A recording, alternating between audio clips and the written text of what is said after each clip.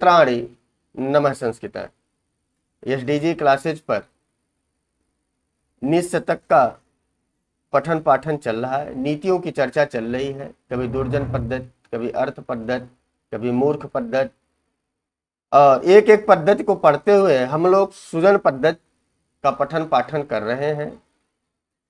और इस सुजन पद्धति का ये 8वां श्लोक है। और इस 8वें श्लोक माने नीति शतक का हम लोग 57 श्लोकों तक पढ़ चुके हैं। 58 नंबर का श्लोक को आज जानेंगे। इसके पहले के श्लोकों में शिखरिणी छंद में हम लोगों ने पढ़ा था कि सज्जन के व्रत क्या है, सज्जनता के व्रत क्या है, कि एक सज्जन के व्रत क्या होने चाहिए, इसको पढ़ा। और उसी व्रत में एक और श्लोक आया 58 नंबर का, इसमें भी सज्जनता के व्रत के बारे में बताया गया।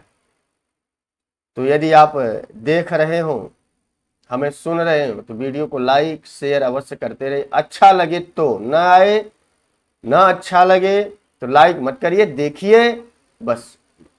इसी निवेदन के साथ आइए हम अपने इस छंद में चलते हैं। शिखरिणी छंद है। रसई रुद्रई छिन्ना यमन सभलागह शिखरिणी। रस कितने हैं, रुद्र कितने हैं, तो यहाँ पर जब आप देखेंगे कि रुद्र 11 हैं, रस 6 हैं, तो आप उस रस की चर्चा करते होंगे कि नव रस रुचिराम। ये किताब वाले रस नहीं है, ये स्वाद वाले रस है।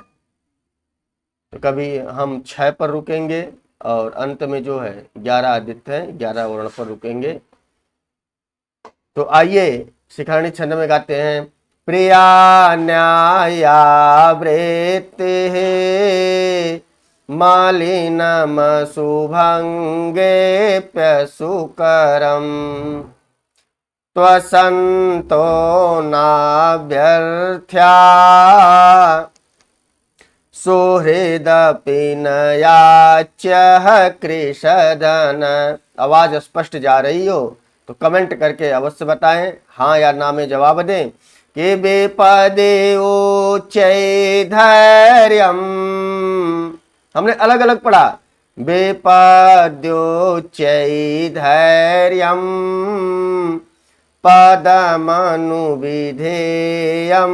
च महताम् सतां केनोदेष्टं विषमसि धाराव्रतमिदं सतां केनोदेष्टं विषमसि धाराव्रतमिदं। यहाँ भी पिछले श्लोक की तरह अंत लाइन में बताया गया, चौथी लाइन में बताया गया कि इदम माने यह, सताम माने सज्जनों को, केनोपदिष्टम यह सज्जनों को किसने उपदेश दिया। केन माने किसने, उदिष्टम माने उपदेश कर दिया, कह दिया, बता दिया। सताम माने सज्जनों को, इदम माने यह बातें सज्जनों को किसने उपदेश दे दिया, जो विषम ऐसी धाराव्रतम, जो तलवार की धार पर चलने के समान है। चौथी लाइन का अर्थ आप तक पहुंच गया कि इदम सताम केनो, केन उदिष्टम माने यह कौन, जो ऊपर 3 लाइनों में बताया गया है कि यह मार्ग सज्जनों को किसने उपदेश कर दिया, सज्जनों को किसने बता दिया कि यह मार्ग कैसा। बोले विषम असि धारा व्रतम, तलवार की धार पर चलने वाला व्रत है। तलवार की धार पर चलने पर जैसे हमारे पैर कट जाएंगे, हमें पीड़ा होगी। और यह कठिन मार्ग, विषम माने कठिन भी होता है, कि यह कठिन मार्ग किसने सज्जनों को उपदेश कर दिया। चौथी लाइन का अर्थ क्लियर हो गया। अब ऊपर आ जाइए कि प्रिया न्याया वृत्ति है। बोले कि वृत्ति ही माने व्यवहार, मनुष्य का व्यवहार कैसा होना चाहिए। बोले न्याया, न्याय संगत, और प्रिय है माने प्रिय होना चाहिए।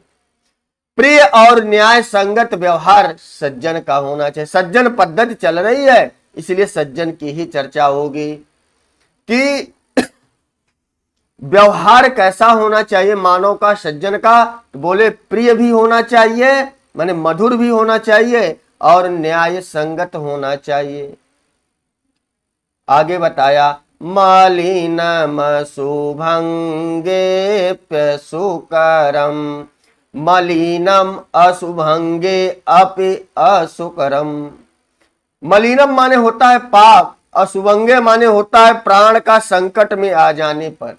अशुभंगे माने प्राण संकट में आ जाने पर, मलिनम माने होता है पाप कर्म, और असुकरम माने होता है, सुकरम माने करना चाहिए और असुकरम माने नहीं करना चाहिए। बोले प्राण संकट में आ जाने पर भी अशुभंगे अपि, संधि है, अलग अलग करेंगे, यही आएगा।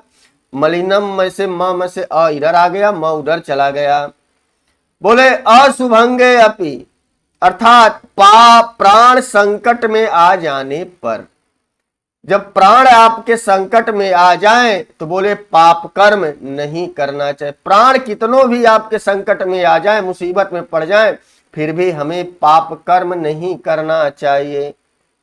पहली लाइन में दो व्रत बताए। पहला बताया कि व्यवहार कैसा होना चाहिए सज्जन का, तो बताए कि प्रिय और न्याय संगत होना चाहिए।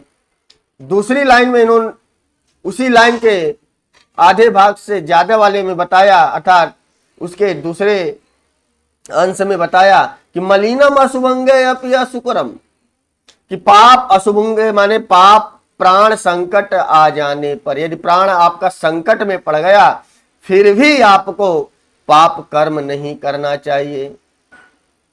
और दूसरी लाइन में बताया त्वसंतो नाभ्यर्थ्या, यहां पर त्वसंतो को जब अलग अलग करेंगे तो तू असंतो बनेगा। क्या बनेगा? तू असंतो। तो तू आया है पद की पूर्ति के लिए, कोई अर्थ नहीं है इसका, केवल चरण की पूर्ति के लिए है। असंतो माने होता है असज्जन, दुष्ट। बोले जो असज्जन है, जो दुष्ट प्रकृति के हैं, ऐसे मानव से ना अभ्यर्थया, याचना नहीं करनी चाहिए, मांगना नहीं चाहिए।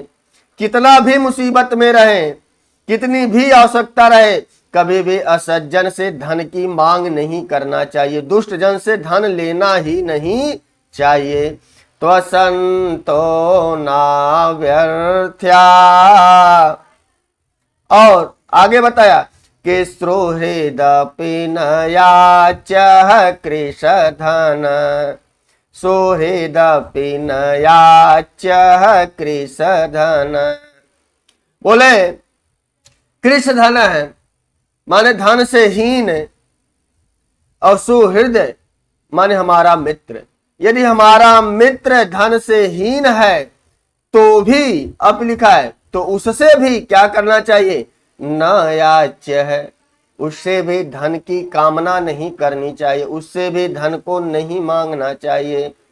दूसरी लाइन में बताया कि दुष्ट जनों से भी धन नहीं लेना चाहिए, और हमारा मित्र भी यदि धन से हीन है, ऐसे मित्र से भी धन मांगना नहीं चाहिए। तो संतो नाभ्यर्थ्या असुहृदपि न याच्यः कृश धन।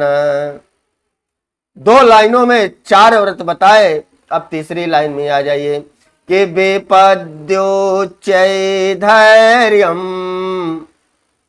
बोले विपदि उच्चै धैर्यम, यदि आप विपत्ति काल में हैं, संकट काल में हैं, तो यहां पर बताया उच्चै धैर्यम। उच्चै माने ज्यादा, धैर्य माने धैर्य रखना चाहिए। यदि आप संकट में हैं, विपत्ति में हैं, मुसीबत में हैं, तो यहां पर भर्तृहरि बता रहे हैं सज्जनों के लिए उनके अंदर खूब धीरज रखना चाहिए। जितनी बड़ी विपत्ति उतना बड़ा धीरज आपके अंदर होना चाहिए। विपदेयोच्चै धैर्यम, और अगला लक्षण बताया पदमनुविधेयं च महताम, पदमनुविधेयं च महताम। महताम माने उन बड़े लोगों को, महताम माने जो महान लोग हैं, बड़े लोग हैं, गुरुजन लोग हैं, सज्जन लोग हैं, ऐसे बड़े लोगों का, महताम बड़े लोगों का, महताम श्रेष्ठ जन लोगों का लोके पदम अनुविधेयम, उनके बताए हुए परिचिन्हों का अनुसरण करना चाहिए। महताम च पदम अनुविधेयम, अपने से बड़े लोगों का, श्रेष्ठ लोगों के बताए हुए चरण चिन्हों पर चलने का प्रयास करना चाहिए।